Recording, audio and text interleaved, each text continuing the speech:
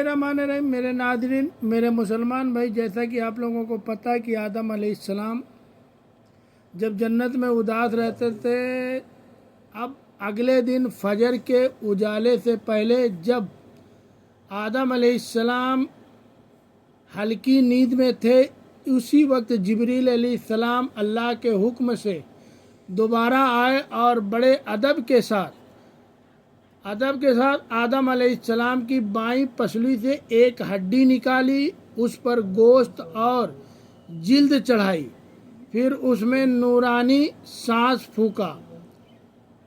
یوں ایک نئی تخلیق کا آغاز ہوا۔ وہ پسلی فوراً نور میں نہا گئی۔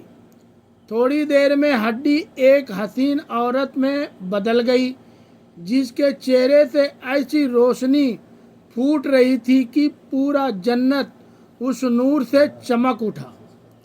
جبریل علیہ السلام مسکرائے اور آدم علیہ السلام کے پاس آ کر دھیرے دھیرے بولے، اے آدم اٹھو۔ آدم علیہ السلام جاگے، ان کی نگاہ سامنے پڑی اور وہ حیران رہ گئے۔ ان کے سامنے ایک ایسی حسین پاک نورانی ہستی کھڑی تھی جس کا چہرہ چاند سے زیادہ روشن تھا، جس کی آنکھوں میں سکون، رحمت اور محبت کی چمک تھی، اور جسے دیکھ کر دل میں ایک ایسی راحت اترتی تھی جو کبھی پہلے محسوس نہیں کی۔ آدم علیہ السلام انہیں دیکھتے رہ گئے۔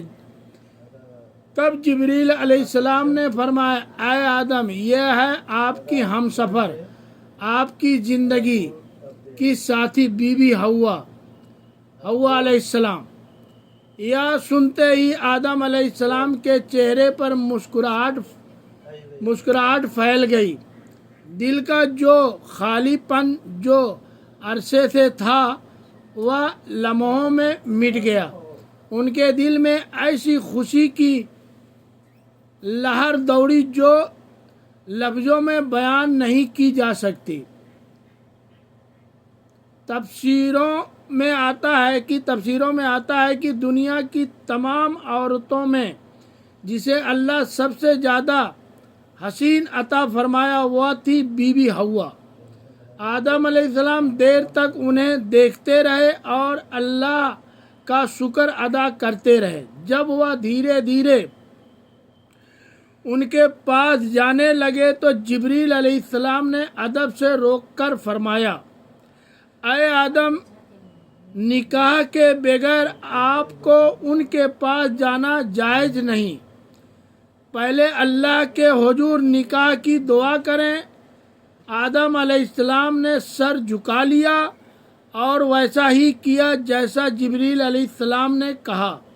انہوں نے اللہ کی بارگاہ میں بی بی حوا کے نام کی دعا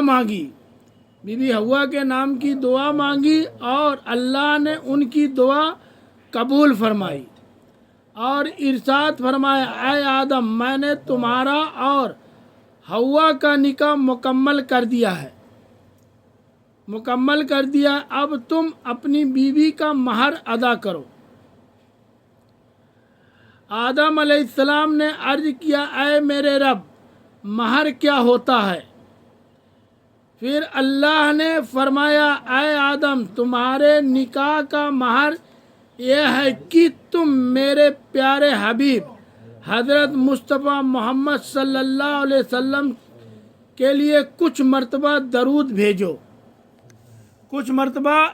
بھیجو۔